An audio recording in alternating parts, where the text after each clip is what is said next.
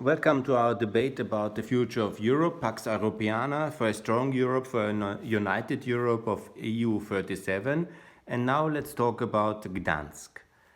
Gdansk, I have in the previous video, please refer to that, already proposed to be the city where the Council of Europe moves from Strasbourg towards Gdansk.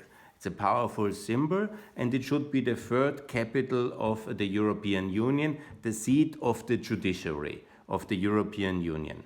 It's very important to make Gdansk the symbol, which actually it is already a very powerful symbol with all its very important past, of the European unity between East and West, of a European Union in the future of 37 countries, and also for the division of power between the different EU institutions, and also to make this all very easy to explain and very good to understand for all the citizens.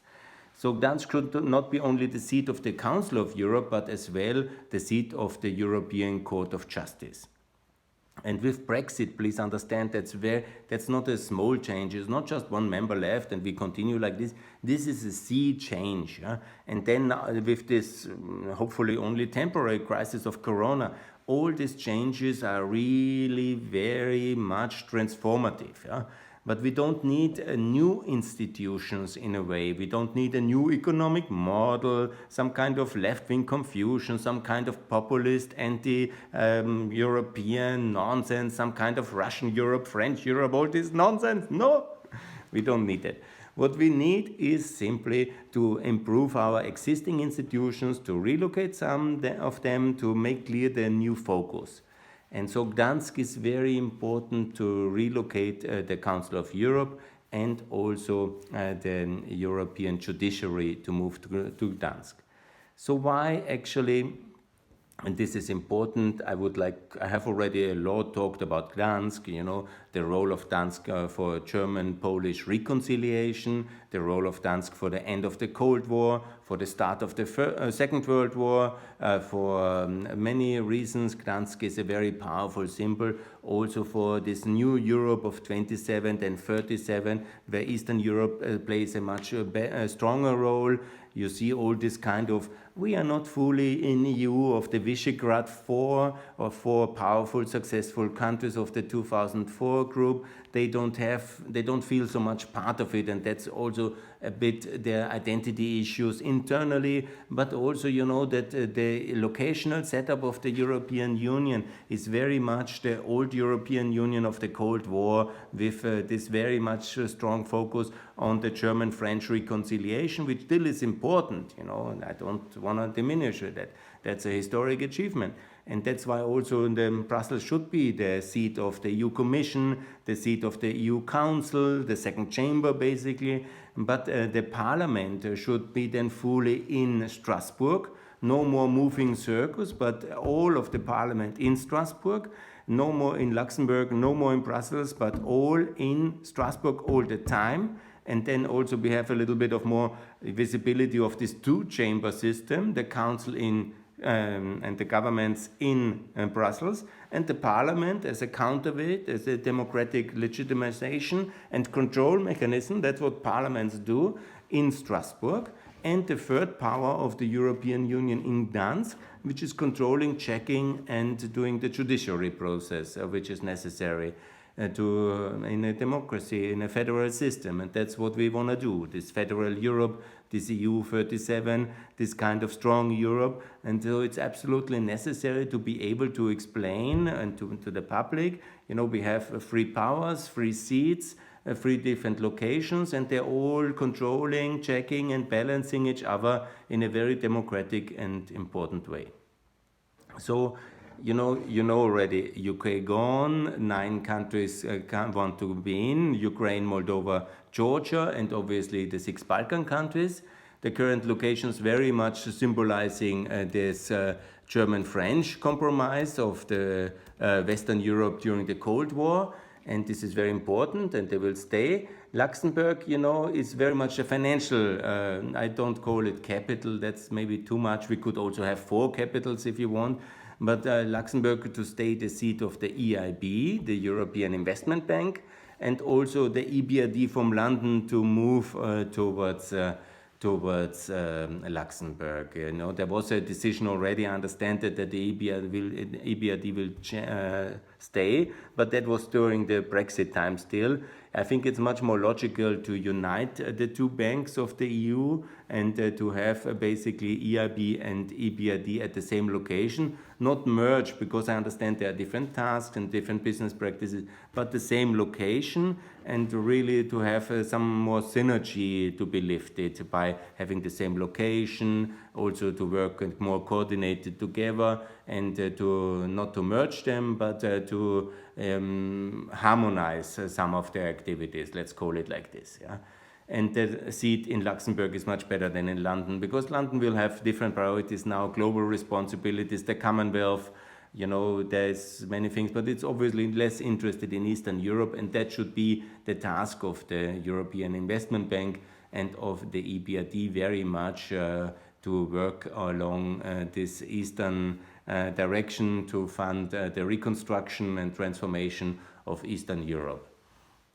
And so this judiciary, what I mean with that is, of course, the European Court of Justice to move from Luxembourg to Gdansk, and also the European Public Prosecutor to be in Gdansk.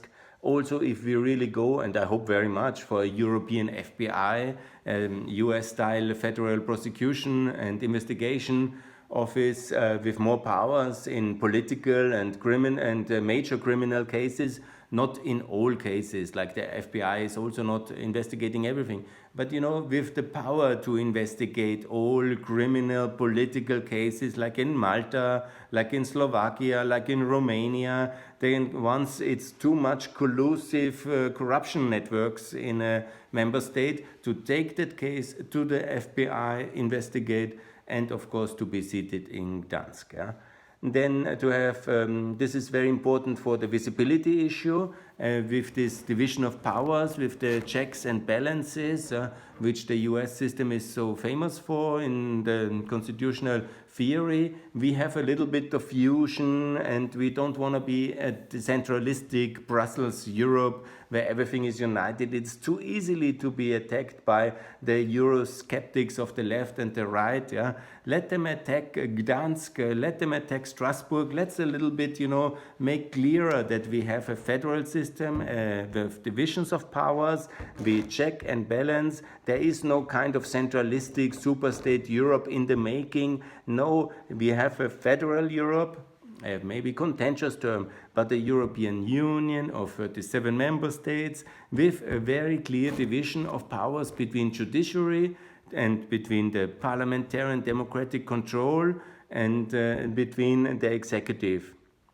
And these three cities to be also the symbols for unity, for East and West, for North and South, for German French, for German Polish, and for the whole of Europe being united between this Latin and German and Slavic language groups, if you want. Yeah. There are so many aspects you can discuss, because we are such a wonderful and diverse continent of so many different traditions, cultures, languages, and states, obviously, and they all come together. And when you see the history of Poland and to discuss it, it's really a wonderful symbolic place, Gdansk, with a partly tragic, partly wonderful history, a trading center, a wonderful place. All the civil servants who will work there at this EU Court of Justice, at the Council of Europe, will enjoy the wonderful sunsets and sunrises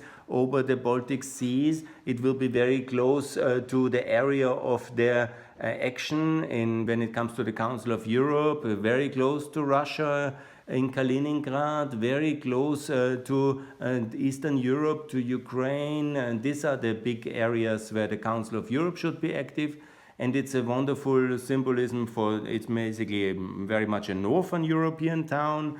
It is like Brussels is very much a Southern European town in many of its flares. Everybody who lived in Brussels many years, like me, knows it's very much a Southern European town in many aspects. And Strasbourg very much a Central European town. So this kind of triple capital system in this federal European Union, I think, is very, very positive for relaxing some of the tensions we have currently inside the European Union, some of the rebalancing we have to do after it will be a little bit less Western with the United Kingdom leaving. It will be, of course, the gravitas moving a little bit more to Central Europe. And I think with this kind of organization, the Parliament in Strasbourg, Council and Commission, and the Executive very much in Brussels, and the Judiciary in Gdansk, it makes a lot of sense. It relieves a lot of internal tension. It will maybe also involve Poland much more as a powerful, the biggest new country, which had a difficult start in the EU, with many is not still in the Eurozone, hopefully soon to join, and will gradually, by such relocations, feel more part of the project and part of this, mobilize much more resources and much more commitment to this unity of a EU, which is really reflecting the broad diversity of the European continent. And I think this kind of two relocations and reforms which I propose make a lot of sense for Gdansk to be then officially in form of a new treaty, which is hopefully coming in this mandate prepared and then in the ratification. But this new treaty then paving the way for Ukraine and Serbia, Moldova and Bosnia, Kosovo, Georgia, these 6 new countries to join the European Union. Then we will be 36, 37. UK always one open spot to be welcome back. So 36 then, but 37 hopefully once the UK might reconsider to join us again. But it will be a little bit of a reformed Europe. There will be no criticism of moving parliaments. There will be less centralist European Union. It is anyhow not so centralized, but criticism is there. And, let the Brits then attack Gdansk as a centralist court. Good luck with that one. It diffuses some of these arguments. It diffuses also these tensions between the Visegrad and the Western European countries. And I think it's a very good way to reform, not substantially, relocations, but it's also substantially, The thing is, we should not underestimate what locations mean, what focus means, The European Union and all its institutions are wonderful organizations, but, to change the focus, is simply necessary from time to time when you also see that the organization is changing a bit, has new members and also will have much more members, especially Ukraine, a big member further to the east. That will be really very important to reflect these changes and the focus, and then to have Gdansk close to the new gravity center of Central Europe together with Strasbourg, and there will be not a hierarchy of capitals, It will be equal capitals, but with different focus, one for the parliamentarian, one for the judiciary, and one for the executive power. I think that makes a lot of sense and will help us to be much more united and stronger in the coming decades of success. Thanks a lot.